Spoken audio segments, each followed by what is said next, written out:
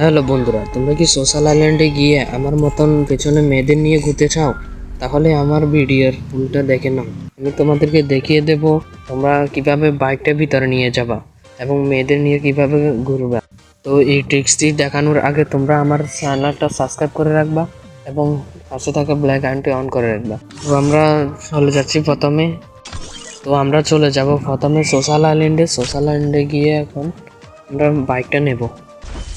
Social আইল্যান্ডে আসার পর আমরা এখানে চলে আসবো। এখান থেকে আমরা বাইকটা নিয়ে নেব।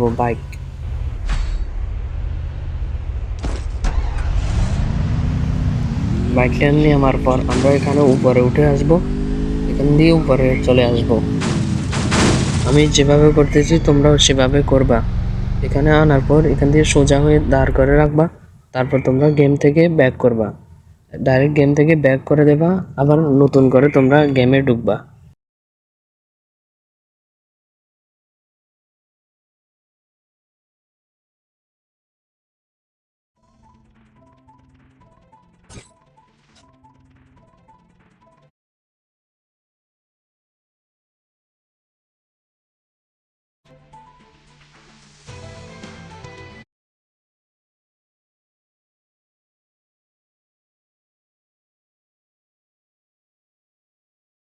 তো তোমরা গেমে আসার পর দেখবা যে এখানে সবকিছু খালি হয়ে গেছে।